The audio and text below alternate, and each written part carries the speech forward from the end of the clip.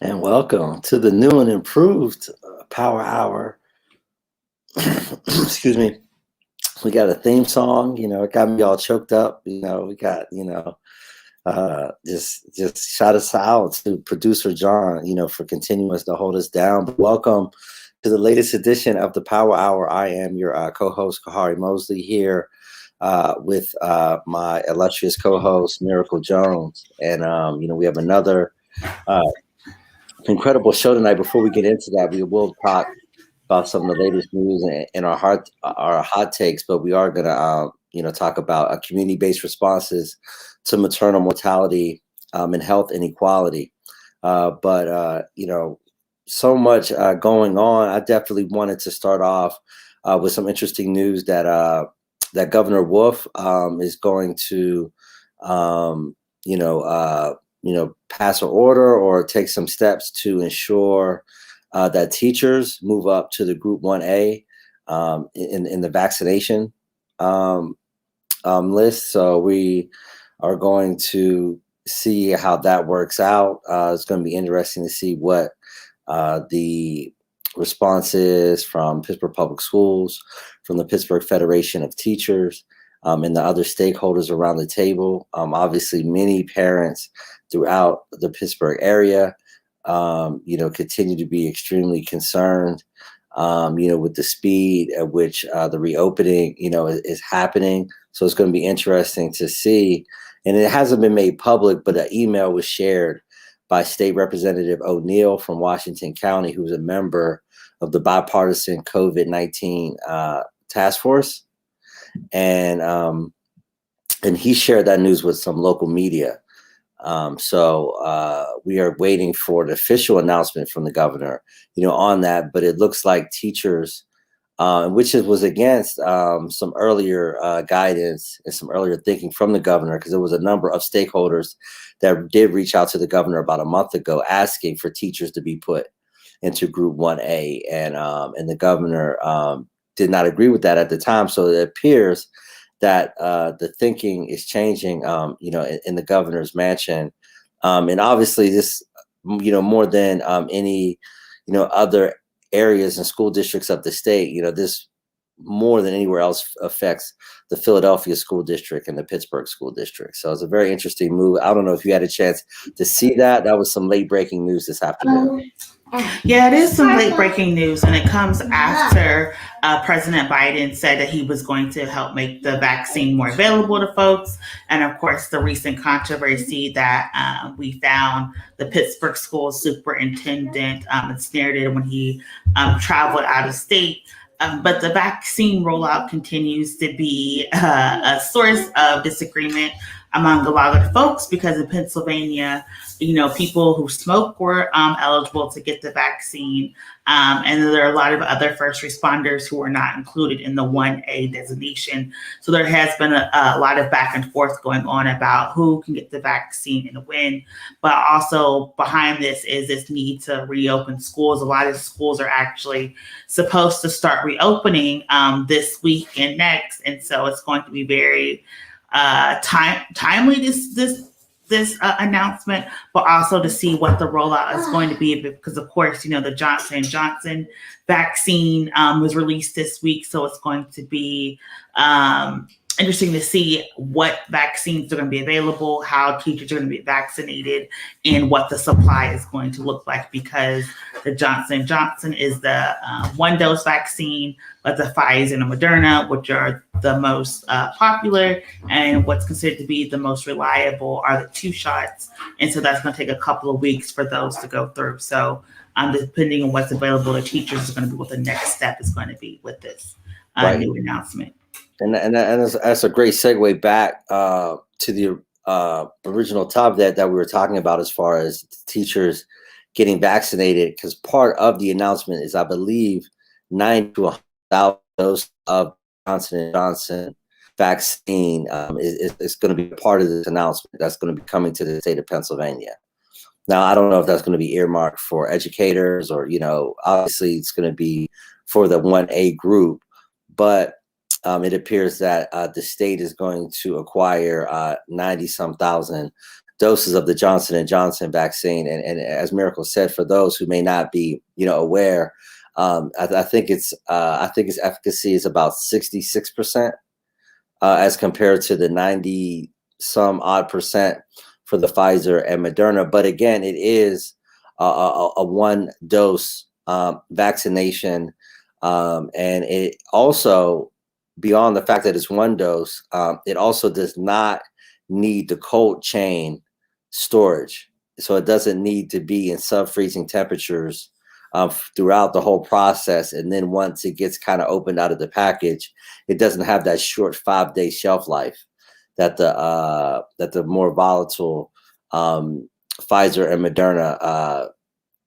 doses have. And when I just say volatile, means that they just don't stay together long. Once they're at room temperature, they begin to break down. So as soon as they're open, within a 5-day period, if I'm not mistaken, they have to be taken, where the Johnson and Johnson one can sit, like most vaccines, can sit on a shelf for an extended period of time. So they're going to be earmarking those for rural communities, or Native American communities, areas where is not going to be sure you'll be able to schedule that booster shot, or be able to, a lot of the places in rural America, or where our indigenous brothers and sisters are, there's not necessarily a central hub where you could say, okay, 28 days from now, this is where you're going to be, so a lot of those places are going to be getting earmarked for the Johnson and Johnson, and just places where that cold chain storage. And then there's certain places that, they may not even have those sub-zero freezers. Anywhere they don't just physically have there's only so many of those that they've been able to manufacture.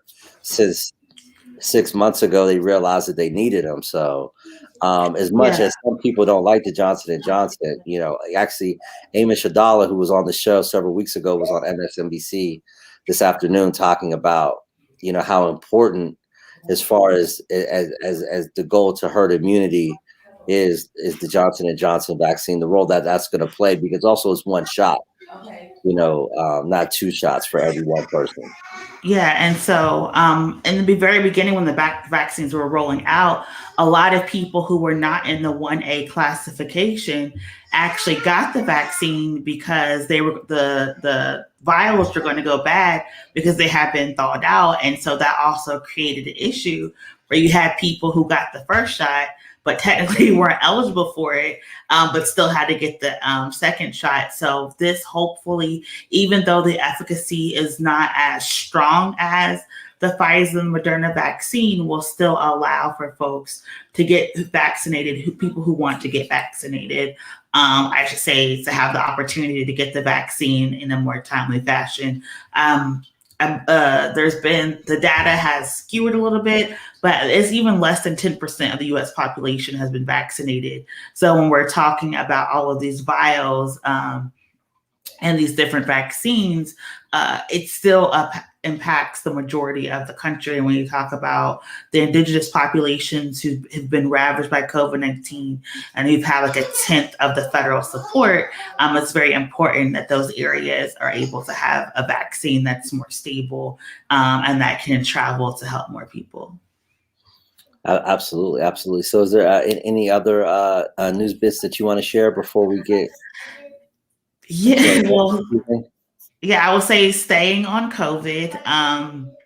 A lot of stuff is happening. Today, the Pennsylvania GOP announced that they are launching an investigation into how the Pennsylvania administration handled the COVID-19 crisis, specifically how it engaged elder living facilities and senior citizen homes, because outside of prisons, that is the largest swath of population who's been impacted by the COVID-19 virus. And so that's something that has also been going on now. I do apologize for my niece and nephew. And other than that, there's a lot of other things that are happening when it comes to COVID-19. Absolutely, absolutely. And before we get into our panel, I just wanted to mention, before we get into our last news item, to just mention that our guests for tonight are Demia Horsley from Healthy Start Pittsburgh and Ngozi Walker Tibbs from the Pittsburgh Black Breastfeeding Circle. And again, our topic for tonight will be community-based responses to maternal mortality and health inequality. And just to run through last couple news items. Again, we have a very robust mayor's race underway here in the city of Pittsburgh, and many local officials have been making endorsements, and many folks have been following those many endorsements. We're not going to get into all of those tonight, but we definitely encourage everyone to pay attention to not only the mayor's race, but the non-judicial seats, the many district justice races out there as well in the city of Pittsburgh and Allegheny County, and the appellate court races, Superior Court, Commonwealth Court, Supreme Court, and just make sure that you're following what's going on. We're going to have a ton of information. Actually, next week, our March 8th episode is going to focus, on the election. It's going to kind of be part 2 of our part 1 that we did in January with Ron Dito and Chris Potter. Just giving the previous kind of, that was like pregame, and this is kind of after the first quarter. We're gonna check the scoreboard, and see where we're at. And so, any last things you want to say about the primary before we bring on our first guest? At the very beginning of last year, when we told people, like, if we don't like something, run, I didn't know people were going to take it as seriously. But every race, the school board, the sheriff, the mayor, council, borough councils, all of these races are competitive all throughout Allegheny County, even to the Superior Court position. So this is going to be, I predict, a more engaging election season than the presidential election in Pennsylvania. We have so much going on. And today, my home state of Georgia, they just passed HB 531, which restricts voting, and it's going to set off this wave of voter suppression here in Pennsylvania. They're also looking at changing the way that early voting is going to happen and occur. And so outside of just voting, we also going to have to be mindful of what these changes are going to be. And people are going to have to be able to really set aside election day, because it's looking like we're not going to have early voting. We're not going to have these early voting sites. So people are really going to have to make sure that they're able to come out and vote on May 18th. And we're going to hope that those COVID numbers are not spiking around that time.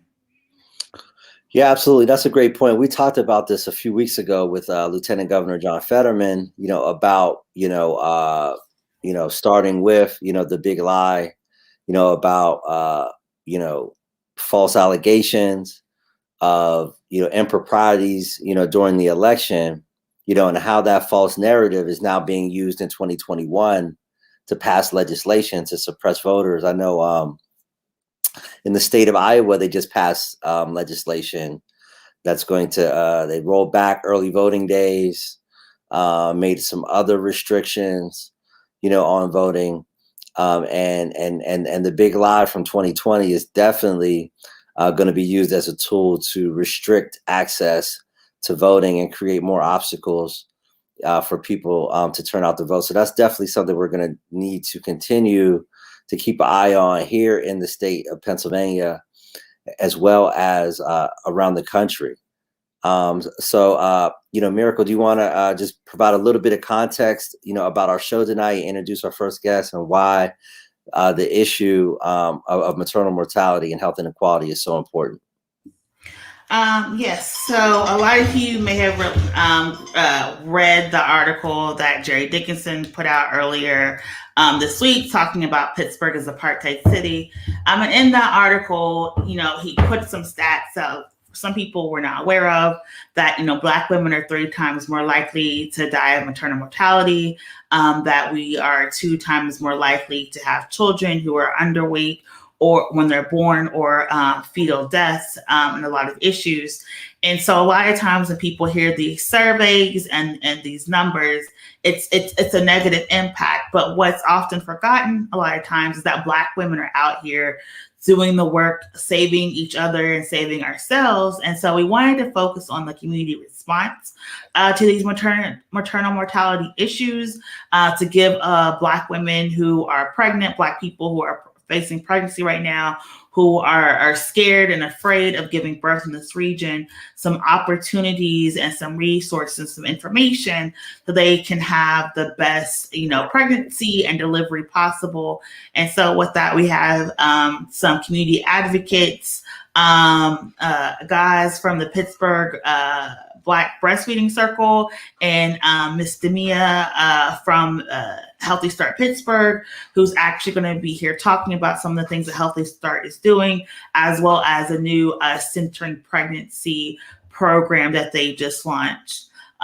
So if you have questions, please place them in the chat on Facebook and YouTube. We will see those questions. And with that, we will welcome our guest, Demia, to the show from Healthy Start. Hello, how you doing? Hello. I'm good. How are you guys? Doing fantastic. And like I said, I know I said community-based, but honestly, you look at Demia's name, very educated in this field, a master's in public health, has been doing this work for a long time, and is qualified both, for the professional development education as well as the community engagement experience. And so welcome, Demia. How are you doing? Thank you. I'm doing great. Thanks for having me. I'm really excited to talk about all of our programs that we have for families locally. Yeah, and so can we just start? What is Healthy Start, and how are y'all engaging people who are pregnant at this time? Yes, so Healthy Start has been around for a long time. We're a public health organization. Our mission is to improve maternal and child health, much like you just stated, by reducing infant mortality and poor birth outcomes, including maternal mortality in Pittsburgh and Allegheny County. We've always had a specific emphasis on addressing the disparities in these outcomes. And as we've seen over the last couple of years, there's really been a shift in focus there. We already had our boots on the ground running, focused on addressing disparities and improving those outcomes for our Black families locally. So that's what Healthy Start is in a nutshell. We have a variety of different programming to address these outcomes across levels. So not just direct service, but, we span from direct service to policy and advocacy. And we partner with lots of local organizations and businesses, big and small, to make sure that we're addressing this the most appropriately. And then a lot of times people have questions. So when you're talking about addressing this, are you in the home? Do people have to come down to your office? Like, how do people engage with Healthy Start? Great question. So as I mentioned, we have a multidisciplinary array of programming. Healthy Start, as its name would suggest, is one of the National Healthy Start Demonstration Projects. So that is an in-home program. So we come to the home to deliver that programming. A mother doesn't have to, or a family doesn't have to leave their homes. We come to support them there. But we also have community-based programming like our Parent Cafe, where you don't have to be enrolled in any of our programming to participate. We have different fatherhood initiatives that engage fathers, whether or not they are a part of Healthy Start. So we have a variety of programs. We also have our Community Health Advocate Program, which is one of our advocacy initiatives that was originally created in partnership with the Allegheny County Health Department, Maternal and Child Health Division. And the focus of that is really to center Black moms as the experts in their community and the health of their community. And so we offer this 8-week training to build their advocacy and health competency so that they can then go back into the community and be advocates and push forward this work. So our work really looks different depending upon what program you're referring to. A lot of it does happen in the home. We also have a doula program, which provides support to expectant families. That was launched as a direct result of the COVID pandemic. We have a postpartum doula program that provides support after a family gives birth, because we know that those first couple weeks can be really challenging. It's a really big transition. And so we want to make sure that we provide the support necessary so that that transition can, so that a woman can go through that transition with the support that they need. So we offer a variety of programming. Some's in the home, some's in the community, some's in partnership with other organizations.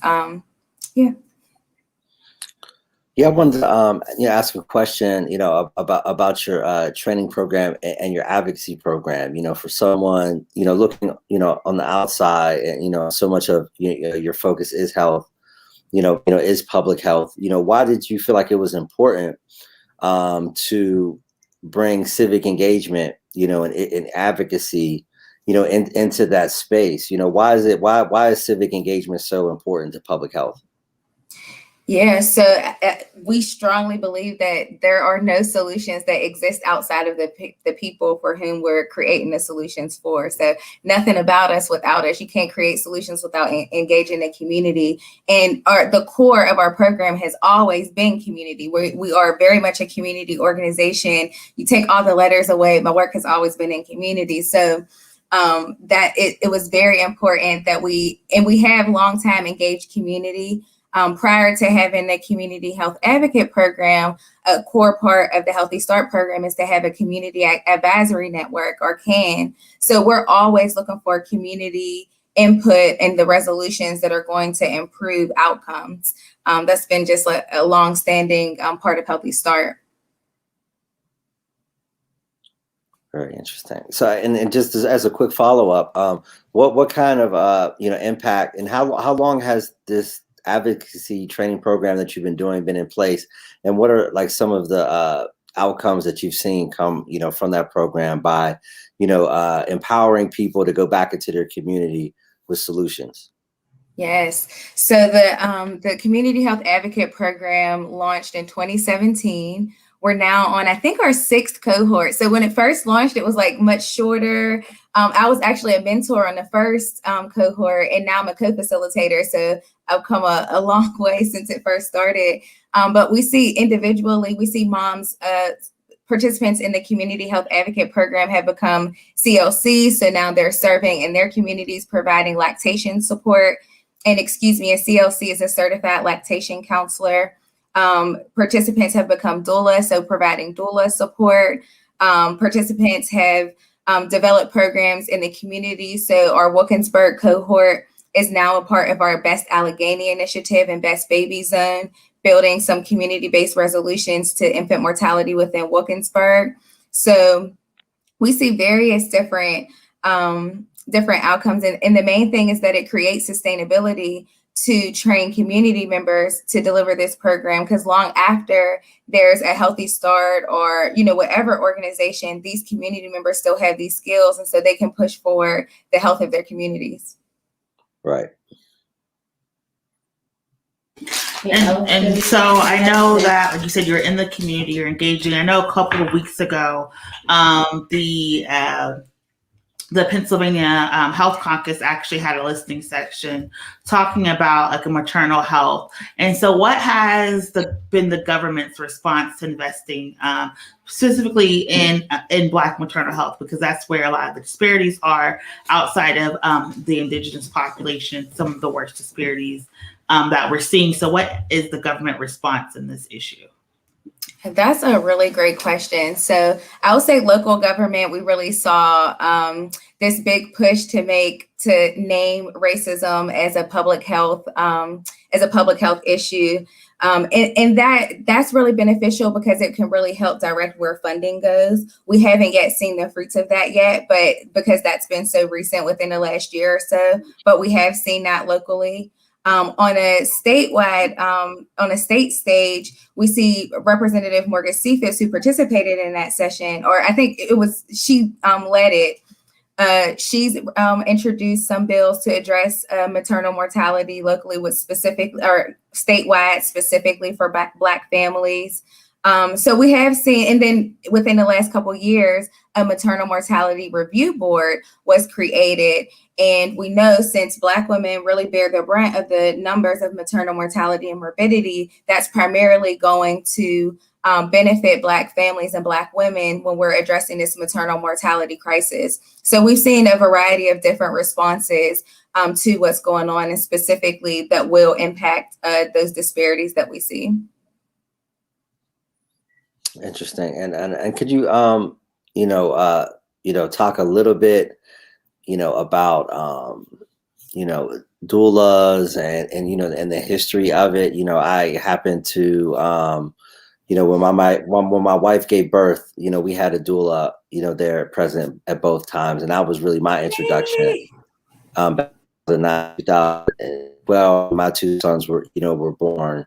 And then we, began to do more research as we learned more about it, as we went through the process, pre-birth, and you learn this extensive history of, throughout human history, there's been this historic role, of doulas, being women, go through this process. And, so you just talk a little bit about the history and how over the last 100 years it's been lost, and how maybe over the last 10 or 15 years, we're rediscovering this thing that's been part of human culture for thousands of years. Yeah, you didn't tell the whole history.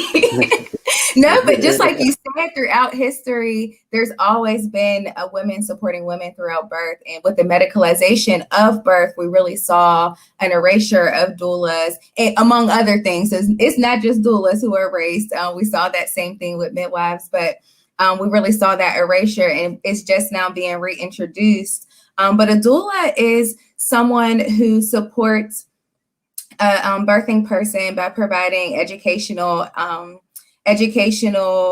comfort measures and advocacy to make sure that they're having the best possible birthing experience. I'm a doula. Actually, Ngozi Tibbs is a doula. She's one of the doulas in the Healthy Start doula program. She's been a doula for years. I remember when I wanted to be a doula, someone was like, "Oh, you got to connect with Ngozi." So, yeah. And to your point, Healthy Start recently launched a doula program. It was as a response to COVID and some of the concerns that expectant families were expressing around having to birth in a hospital without their original support team, because there was a restriction on how many people you could have in the birth room.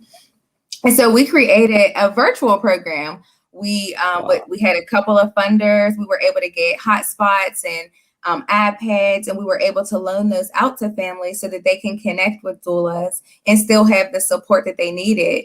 And it was a very novel concept for us, at least. And so we didn't know what impact it would have. But honestly, the doulas were able to make a substantial impact, even being virtual. So the majority of our births have been virtual, but since some of the restrictions have loosened, we've been able to provide in-person support as well. But regardless, the doulas have really been able to provide the support that at least the families felt like they needed in order to achieve their best birth outcomes. It's been absolutely amazing. Wow. And that's really important, because I know, just speaking, from me and my wife's experience, being able to have an advocate, someone, and we went through the McGee midwifery as well, but being able, to have, advocate to know what questions to ask, I mean, it's almost like kind of like, you need a lawyer to go to court. So you have like someone like this to go through this process with you. And, we were, older, we were in our 30s, we were married. I can only imagine, with, a younger mother, someone who wasn't in the same situation, who was like older, had resources, how intimidating that process can be, talking to, OBGYNs and things like that, potentially even being judged, because we even felt like we were kind of being judged at our first, consultation, and you like, wow, well, see how we got here, you know what I mean? And, obviously, how you got there. And there's like sometimes like some shame that comes along with that can add to the stress, of that environment. So being able to have those kind of advocates, I think, is very important, particularly for so many young women from our community that sometimes have to go through this journey by themselves, without a partner, you know what I mean? So, it's just huge. It was huge for us. We have a lot of resources, at our disposal that, would make that journey easier. So I can only imagine, how important, the service and the supports that you provide to the community. American question, or yeah, I know. Like, I watched The Business of Being Born like years ago. I was like radicalized, and I was like, we need more water births and natural births. And so I really appreciate like all the work that like you're doing specifically in this region. And I was wondering if you could spend the next couple of minutes just talking about what the Centering Pregnancy group is and like how people can get involved. Yes. So the Centering Pregnancy group is a model of group prenatal care. So it's just that. It is your group, it's your prenatal care, but instead of it happening in a clinic, similar to like the doula experience, one-on-one with your doctor, you don't know what to ask, you don't get a lot of time. It happens in a group setting. And so the way it typically occurs is that you come in, it's a very hands-on experience. So you take your own blood pressure, your own weight, you measure your own fundal height. So the weight, the length of your belly that helps you to measure the baby, how long the baby is or how big the baby is and how the baby's growing. You do that with your doctor's guidance. And then you get a few minutes alone with the doctor for, in a semi-private space. And then after that, you rejoin the group and you have a guided, facilitated discussion around what you might be experiencing within a group of other expectant families who are due around the same time as you. And so you have more time to ask those questions, to connect with your provider. And it really lowers those that tension that sometimes you experience when you're in that room one-on-one.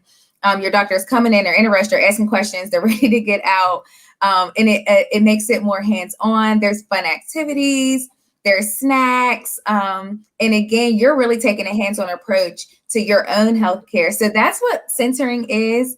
We just recently launched in partnership with Primary Care Health Services. So a staple in most of our communities, best known for Ama Ellery. They are the clinical aspect. They're providing the clinical care with their physician, Dr. Amanda Casagrande, and their nurse practitioner, Denise Baker, and then myself as the health educator. So the three of us will be delivering the model of care. Due to COVID, the care has to be split up. So what will actually happen is the patients will get 15 minutes with Amanda on Wednesday, and then on Fridays, the group session, but they're both your prenatal care. It's not like the group is extra. The group is part of your prenatal care. So yeah, I'm super excited about Centering. It's been a long time coming. I just actually got like all of them. We're putting together these nice goodie bags for everybody who enrolls. And so I'm really excited to like get the families enrolled and get them their goodie bags. It's going to be a great experience. And how many more slots are open? Do you still need families? Yeah, right now we have 8. We can probably squeeze in 9 more slots, but we have 8 slots open for sure. And somebody said, how many visits are there in the Centering families? That's a great question. It follows the normal schedule of prenatal care. These are your prenatal visits. So it's the 10 visits that occur within your second and third trimester. So you'll start off once a month. and then you'll go down to bi-weekly until 36 weeks, and then it'll be once a week. It's your normal schedule of prenatal care. There's no difference. So the same frequency that you would see your physician if you were going to McGee is the same frequency that you would attend these visits. And the cool thing about it is Dr. Amanda Casagrande, she is a part of UPMC. So you would be with her physicians, you would deliver with the physicians within her group. And honestly, so something about Amanda Casagrande is that her reputation really preceded her. I heard about her prior to being able to work with her, and so I was that much more excited to work with her. I just had already heard about like the great care that she provides. She has a really great reputation for the support that she provides to her patients. So that puts me at ease working with her. And, you know, we're referring our I'm partnering with her with our Healthy Start participants, and I feel confident that they're in good hands. Another great thing about the program is that you're seeing the three of us your entire pregnancy. So if you have a question, you contact Dr. Casagrande and Denise Baker. If you have just a general question, you can ask me. I'm a doula and a certified, a Lamaze certified childbirth educator. But if you have something specific to your own health, we also have Dr. Casagrande and Denise Baker. So we're the people who you see your entire pregnancy. You're not seeing a different doctor every time. You get us every time. And so you get to build those relationships. That's pretty cool. So as we're wrapping up, is there any last comments you would like to share with the audience? Yes, I'll say if you are due in August or September, definitely reach out to us and get enrolled in Centering Prenatal Care. It's different from your typical prenatal care, but different is good. Across the country, Centering has shown great birth outcomes. Also, if you're expecting anytime, you can contact us to enroll in our doula program if you want support at your birth. It is at no cost to you. It has been funded. So, reach out to us so that we can enroll. And last, I would really be remiss if I did not mention that we do have our Healthy Start Center for Urban Breastfeeding, where we provide Black moms breastfeeding support. We have breastfeeding education classes that you can take while you're pregnant. And then we provide 24/7 on-call breastfeeding support. We primarily focus on the first 2 weeks postpartum, but we provide support up until the first year. So if for all those moms who plan to breastfeed, reach out to the Healthy Start Center for Urban Breastfeeding. We work with Ngozi, who's about to come on a number of different projects. So Ngozi got the breastfeeding circle, and we got the 24-hour support. So reach out to Healthy Start. We got all of your needs covered. Thank you so much for joining us, Demia Horsley from Healthy Start Pittsburgh, giving us a ton of incredible information about the intersection of prenatal care, of the rebirth of doulas in this country, and so many important things that any woman in Allegheny County that is due in August, September, or if you're due at any point this year, please, contact that organization, Healthy Start, and get enrolled, get involved, and it will definitely be the best, for the health of the child as well as for the health of the mother, which is just as important, and so much of what comprises the role of what doulas do and the history of doulas. So now we're very, very, very excited to introduce our next guest, Ngozi Walker Tibbs from the Pittsburgh Black Breastfeeding Circle. Welcome. And we also have Ryan as well. Hey, how's everybody doing? Good. How you doing, man? Good, thank you. Sorry, it's super late tonight. Long drive, but glad to be here now. Awesome. Yeah, you popped up. I was like, I don't think that's Ngozi Walker Tibbs. The Black Breastfeeding Circle. Well, welcome. Thank you. Can you hear me okay? Yes. I'm having a little bit of difficulty. It's going in and out, so I went from my iPad to my phone, so I hope that you can hear me okay. We can hear you. Okay, Yeah. great. So to get right to it, Demia was just singing your praises. What is the Pittsburgh Black Breastfeeding Circle? Yeah, so the Pittsburgh Black Breastfeeding Circle started in 2016. I'm sorry, 2014. We really got cooking in 2016. But we are a grassroots organization that began to address the unique breastfeeding needs of women and birthing people of African descent. So our goal is to get as many Black mamas, Black breastfeeding people with the babies at their breast, because we know that there are short and long-term health benefits for both mothers and babies if the babies are at the breast. And, when we had our very first meeting in 2014, we had a sister come up to us and say that she was told that she couldn't get help with breastfeeding because her nipples were too dark. I was livid when I heard that. And I said, wow, I don't know who this person was, but they obviously did not have very good training. So that was disappointing. And I said, we have to do something about this. We need to be here in the midst of our sisters. And when our organization started, I had just finished my MPH. Actually, I was exhausted. I had spent 3 years in school. I was also a mother of 5. I was working 2 jobs, but I felt like, I spent some time in prayer and meditation. I felt like we needed to grow an organization that addressed the breastfeeding needs of Black families. And we started from scratch. We had nothing. We went and asked for donations. We started meeting at our local libraries. Our very first official meeting was in October of 2014 at the East Liberty Library. And, I still look at the pictures. We're grateful for Salims because they donated food. They said, you got to feed the mamas and the babies. And then a couple of years later, we got our first grant so that we could meet in person, and we provided healthy foods for families and a lot of education and support. Just how do you breastfeed and go back to work? How do you breastfeed a toddler? How do you breastfeed twins? We talked about that. And the reason why breastfeeding or human milk feeding is so significant is because we know that babies who are breastfed have a reduced risk of type 2 diabetes, ear infections, certain types of childhood cancers, and children who are breastfed have lower rates of obesity. That's significant, especially in our community. But what are the health benefits for the mothers, for the folks that are breastfeeding? Mothers and people who breastfeed have lower rates of premenopausal breast cancer. They have lower risk of osteoporosis later in life.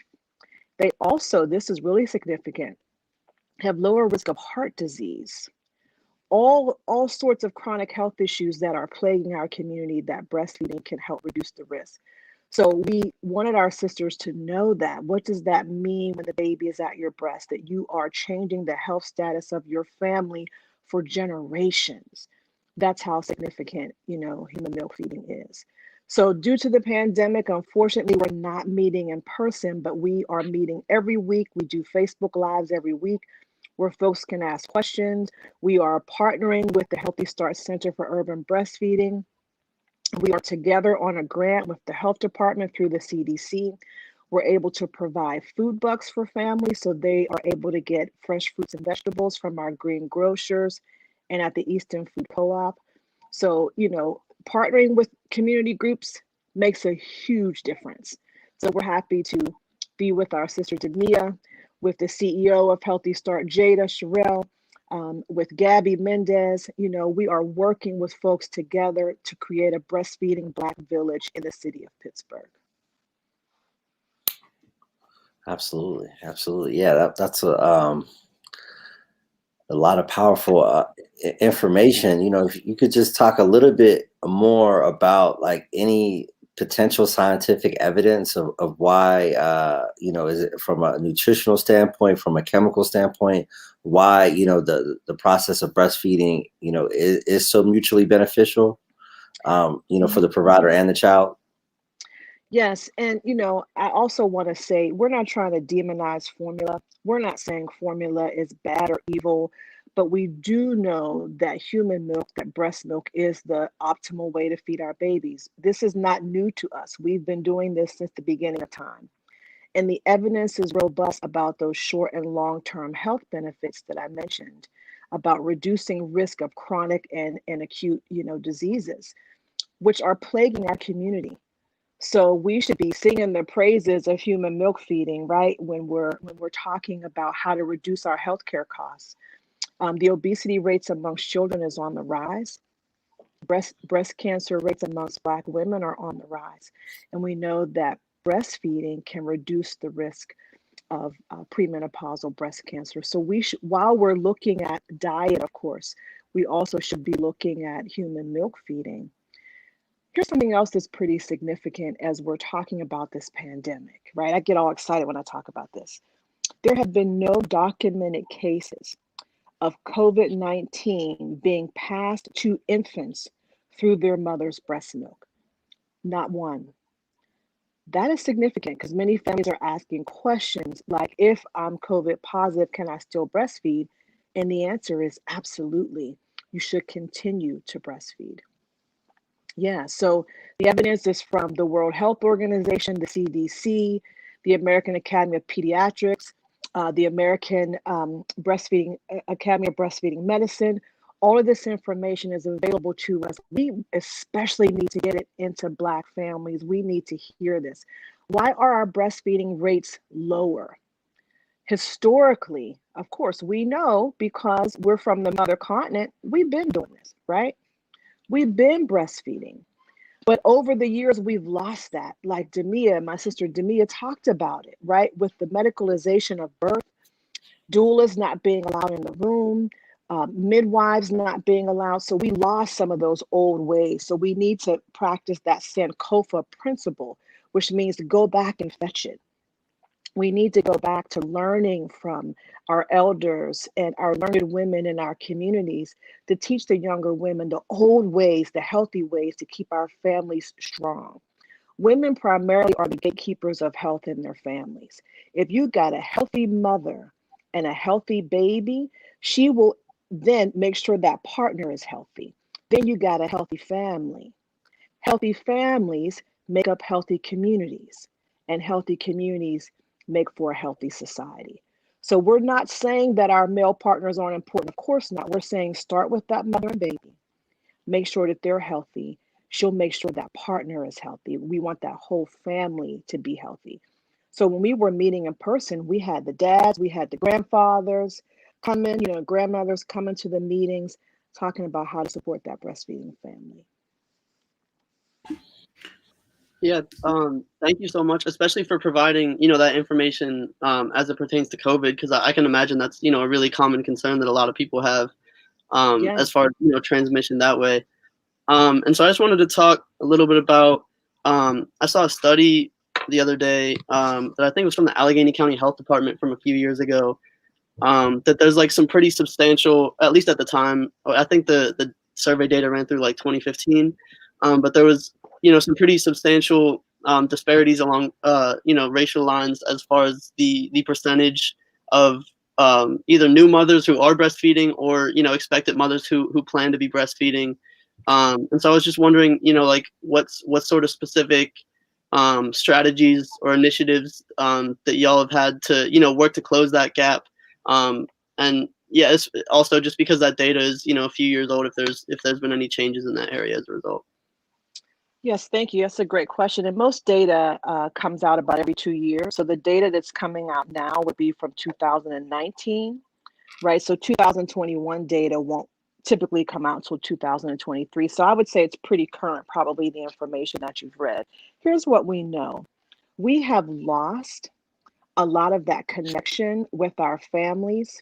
When women were breastfeeding years ago, they had their mother with them, or they would have their aunties, they would have their sisters, all women that had breastfed. Well, the year I was born, 1971, around 1971, 73, the breastfeeding rates were very low amongst all women in the United States, about 20, 25%. Here's the reason why. Because our mothers and our grandmothers weren't breastfeeding and they weren't passing down that information. we also didn't have the protection, work protection from employers. So if a mother decides she's going to breastfeed her child, she needs to have established breaks where she can do that privately, right? Where she's not exposed to everybody else, with her breast bare. She needs to be in a private environment. So now we have the Affordable Care Act as of 2010. And I know certain people have been trying to get rid of it since it started. But as of today, we're still working with the Affordable Care Act. The Affordable Care Act provides protection for breastfeeding families. That's important for mothers who are breastfeeding for the first time. Maybe they're the first breastfeeder in their family. The Affordable Care Act says that employers that have 50 or more employees have to provide a private place for a breastfeeding person to provide milk to her child. So that could be using a breast pump, that could be using a hand pump in an area that is private, not a bathroom. We don't eat in a bathroom. She shouldn't have to pump in a bathroom. So when you have, government protections, breastfeeding rates go up. When you have community support, where you go to community events and there's private places for people to breastfeed or to pump milk for their babies, breastfeeding rates go up. When you have organizations like WIC that provide extra food for families that are breastfeeding, because you are burning a certain amount of calories when you're breastfeeding your child. So WIC provides extra food for those breastfeeding mothers. We see that the biggest increases in breastfeeding rates in the United States have occurred amongst women who are on WIC.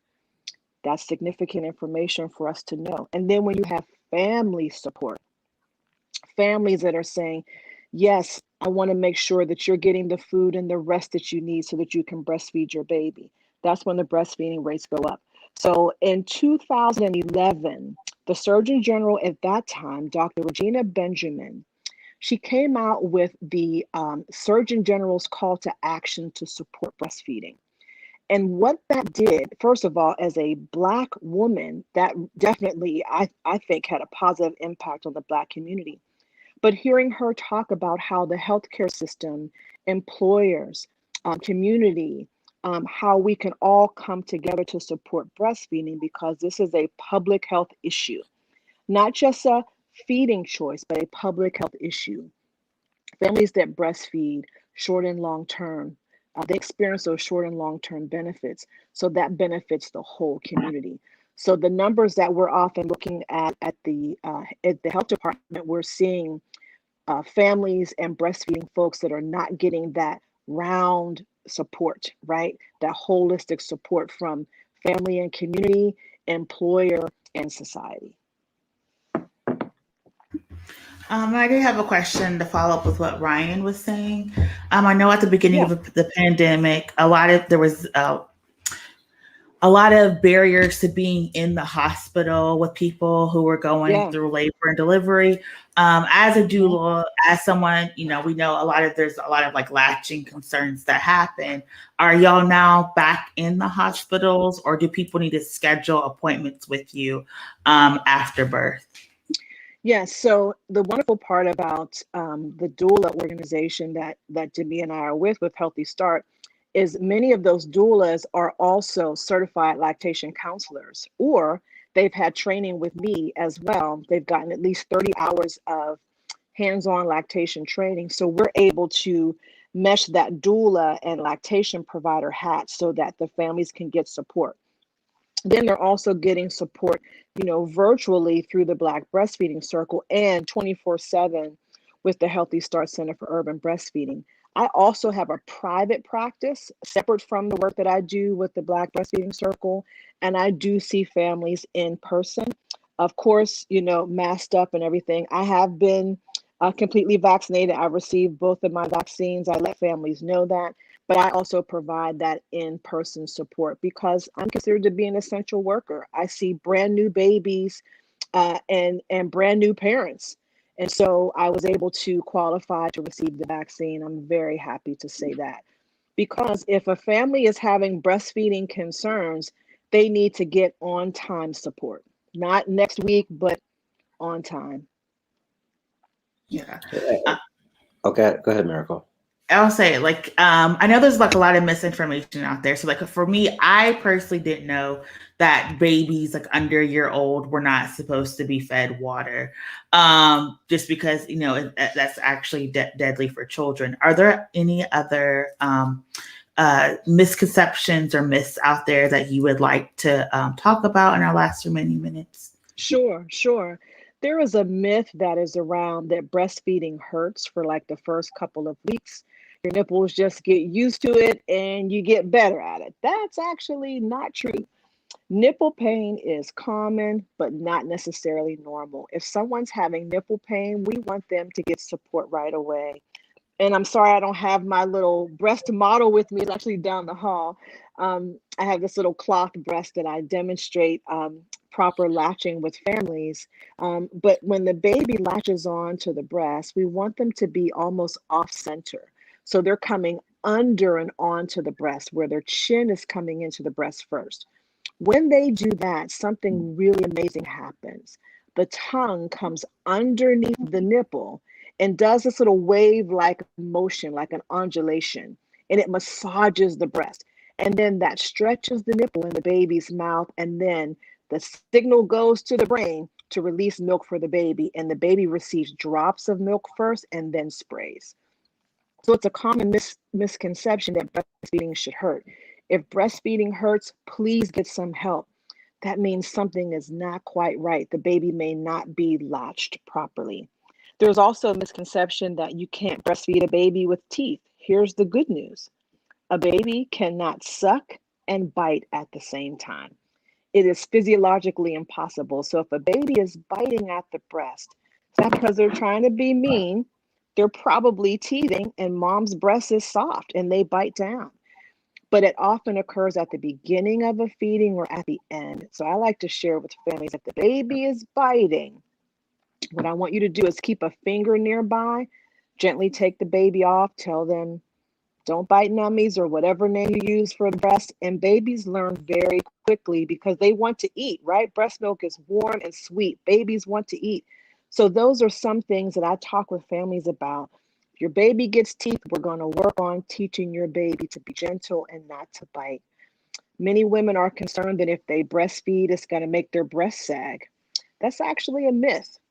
So women who have never nursed a baby, some of them have breasts that are heavier, that sag a little bit. That's more hereditary. But pregnancy can actually change the shape of the breast, not necessarily breastfeeding.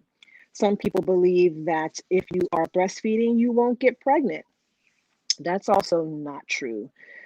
It is true that when you are exclusively breastfeeding, meaning the baby's not receiving any extra food like formula or their baby's not on solid food yet, if your baby is at the breast at least every 3 hours and not receiving any pacifiers, not receiving any bottles, your chances of pregnancy are pretty low in the first several weeks. However, I just actually counseled someone about this today.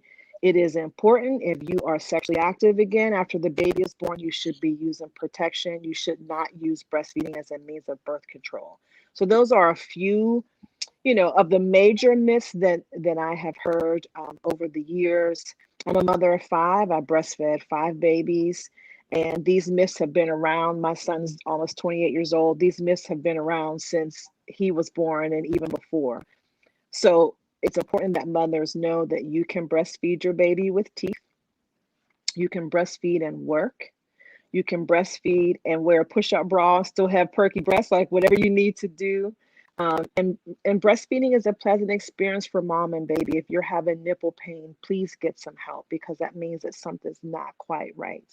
And also, breastfed babies can grow and be strong. There's this myth that people believe that the breastfed baby is scrawny or they don't gain weight as well. That's actually not true. I had some robust, juicy babies here, and they were just on breast milk. And you can breastfeed into the toddler years. You can breastfeed your child to age 1. You can breastfeed your child age 2. The Quran talks about breastfeeding up to age 2. And the average weaning age around the world is actually 3.5 to 4. So in the breastfeeding group, we've had moms that are breastfeeding their 4-year-old. It's not weird. It might look a little different, but it's not weird at that age. The baby might just come to the breast once or twice a day, and they go on and do what they need to do. Yeah. I just had a quick question. One of the things that, we do often, on this show is, discuss, issues that many people on the surface may not see a connection to the public process and civic engagement. And could you talk a little bit about, like, from a public policy standpoint, is there, any particular policies that either stand in the way, of growing breastfeeding, or any policies that could be put in place that could further encourage, this practice? Good question. I would say that, we have protection in the state of Pennsylvania. Actually, we should have it in all 50 states. So this is just within the last few years that a breastfeeding person can breastfeed covered or uncovered in any public place in the Commonwealth of Pennsylvania, and it is not considered to be illegal. It recently changed in states like Georgia, where they actually had to change the laws because it was considered to be public indecency for a woman to have her breasts bare to feed her baby, which is absolutely ridiculous. But now we have that protection, right, amongst all of our 50 states. But I particularly wanted to bring up about the Commonwealth of Pennsylvania, and that law has been on the books since 1997. It's important that employers understand that if you support your breastfeeding employee, it's a win-win situation.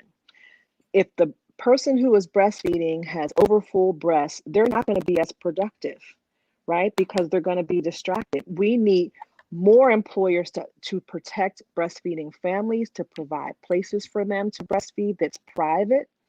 That's an example of where employers can come into play. We need to make sure that our hospital systems are protecting breastfeeding families, providing evidence-based, informed, culturally humble breastfeeding support to families in our hospitals and in our birthing centers. We need trainings, making sure that people understand how to give proper information. We need to make sure that families that are breastfeeding are not discriminated against anywhere that they go. We need more laws on the books that say that a person can breastfeed their child anywhere they want, not be harassed, not be discriminated against. That's what we need. There have been some stories, even in Pittsburgh, the last couple of years, where people were asked to leave an establishment like a restaurant because they were breastfeeding. Inappropriate. It's a breast. Calm down. We see more nipples on television. Like, we really need to calm down. And if somebody wants to breastfeed uncovered, I think they should have the right to do that. I personally was comfortable breastfeeding covered and uncovered, and I dared somebody to harass me. My husband felt the same. We need all of those laws on the book. We need to make sure that employers and other places know those laws and are protecting families, that a woman can breastfeed without harassment anywhere she wishes. And then Did that answer your question? Yes. Also, just like wrapping up, because I know my friends Kat and India are undergoing training right now to be doulas. For people who are interested in this practice, how can they get trained in Pennsylvania? What are the rules and regulations? And how can they contact you for more information, or to be a lactation specialist? Yes, and so there's this wonderful overlap, of course, with Healthy Start, Center for Urban Breastfeeding, and the Black Breastfeeding Circle. I would say you can contact either me directly, or you can contact Healthy Start Center for Urban Breastfeeding, because often there is money available for people that want to receive the training that are a part of both of our organizations, right? That they are in the mix, that they want to learn more. There are different doula organizations that are available for people to receive their training too.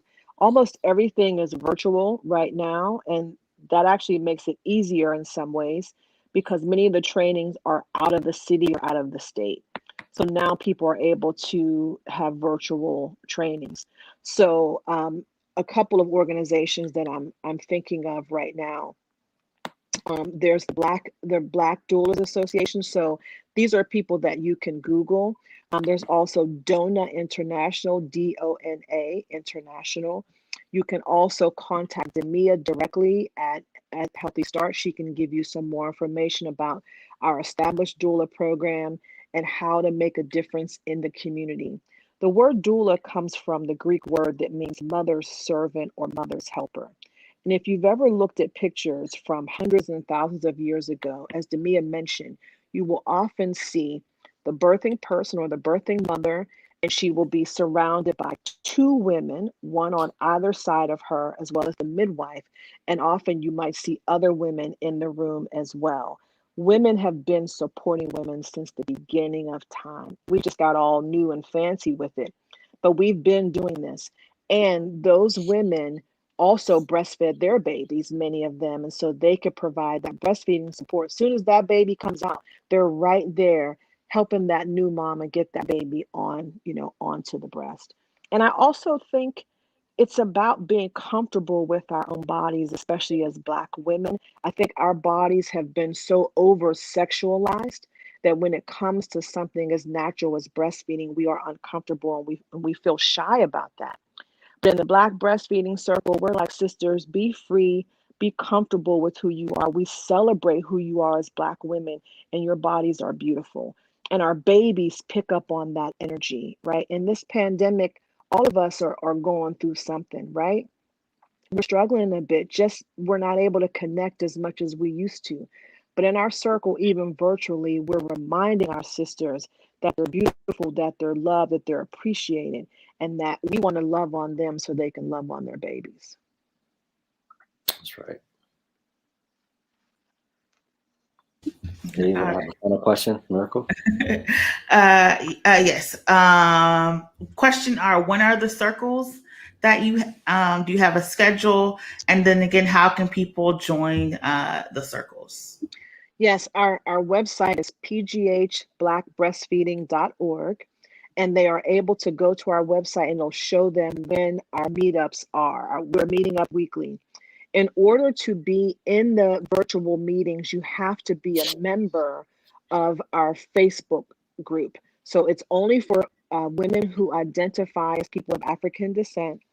They are able to join our Facebook group, which is a closed and it's a private group, right? Because, people show pictures of their breasts. So we want to make sure people feel comfortable.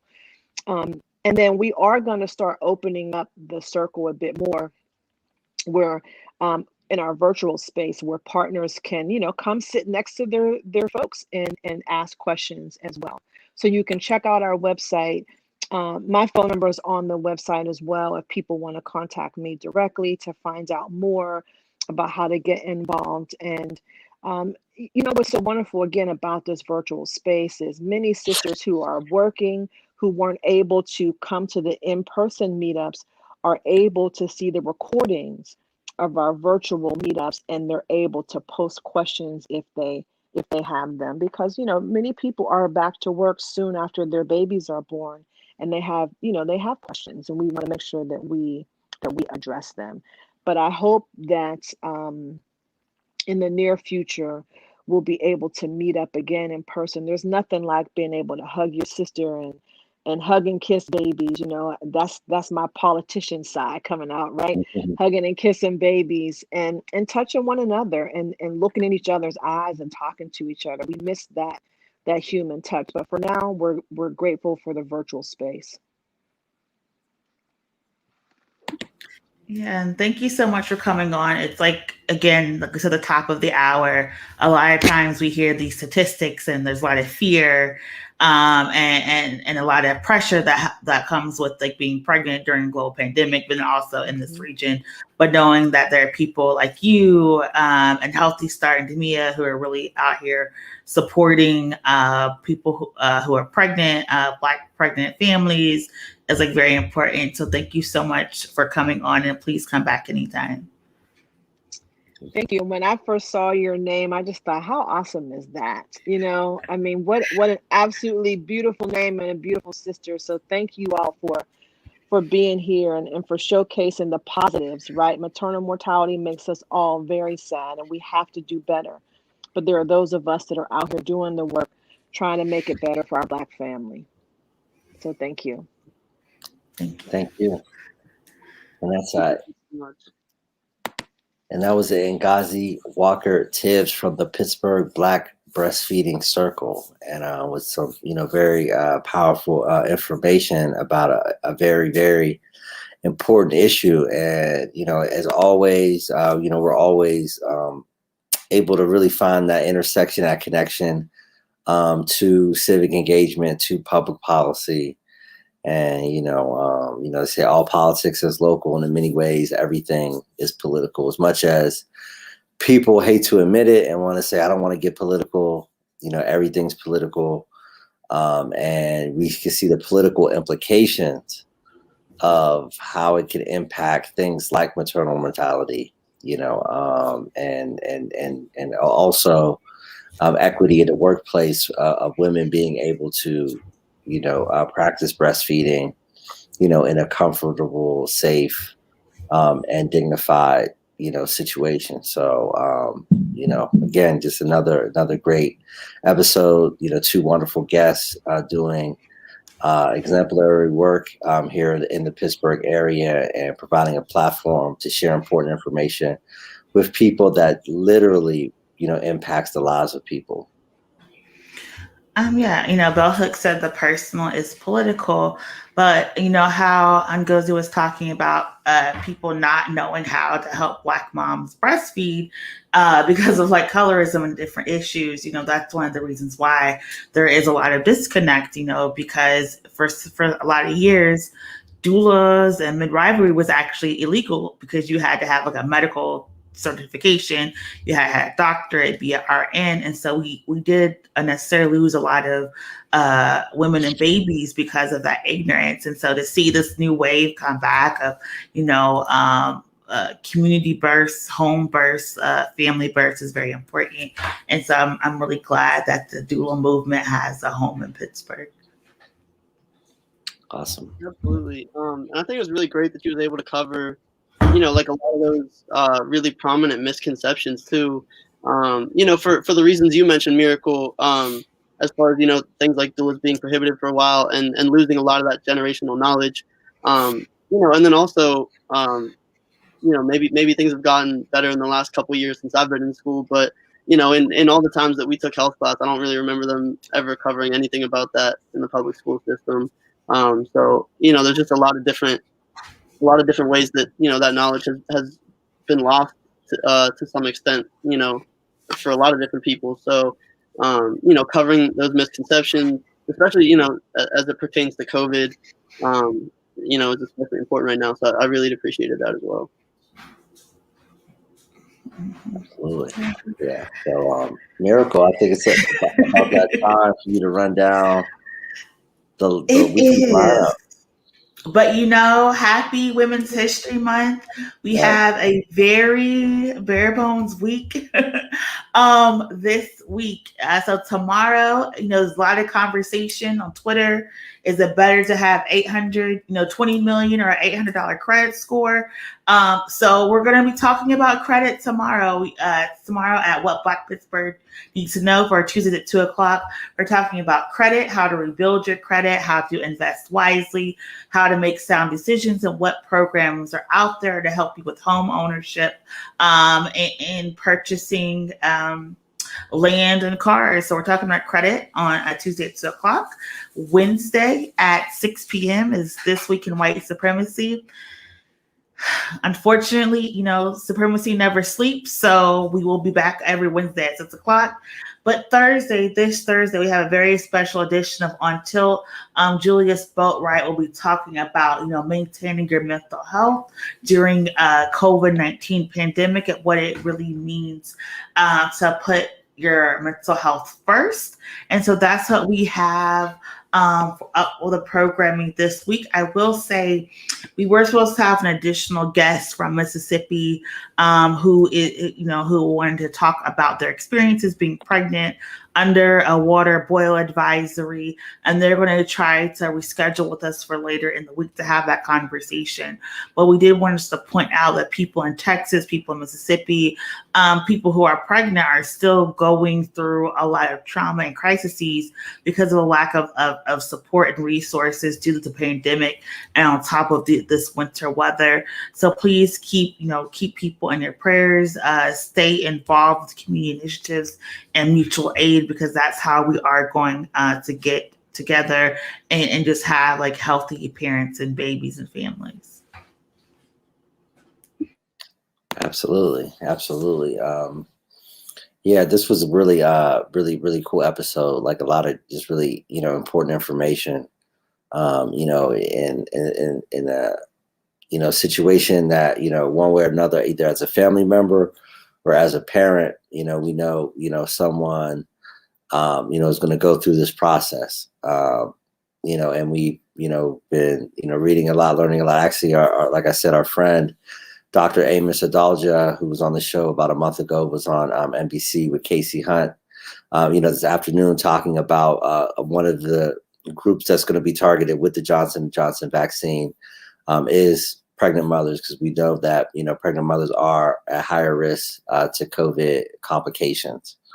So very, very timely, discussion, as we hope to be, reach a point where we really, really can start to see the light at the end of the tunnel. As more vaccinations come out, hopefully the variants, don't have, a devastating impact, on the process of trying to slowly, turn the tide over the next few months as we get outside, as the weather warms, as the UV rays of the sun, do what they do.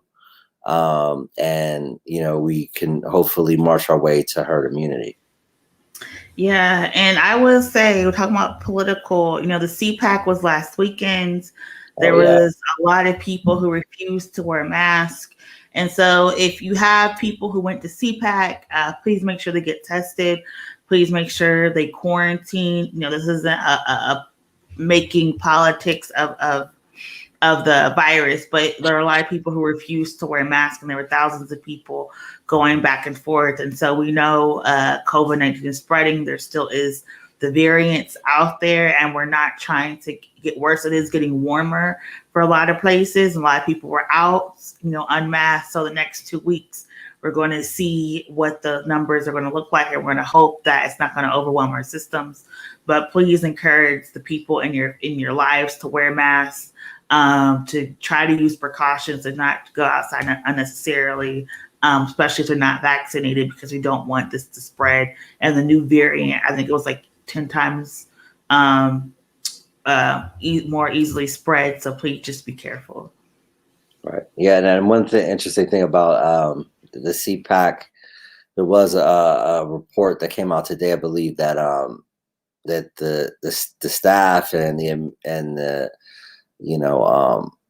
administration of the hotel that hosted it definitely put out a statement saying that the staff was definitely not jazzed about how they were treated by the guests of the CPAC conference. And it was I believe it was at the CPAC conference, this famous video that went around the last couple of days, where I think it was a representative of the hotel had to come on stage and tell people you got to wear a mask, like it's a rule of the hotel, like inside the hotel, and I think she got booed off the stage.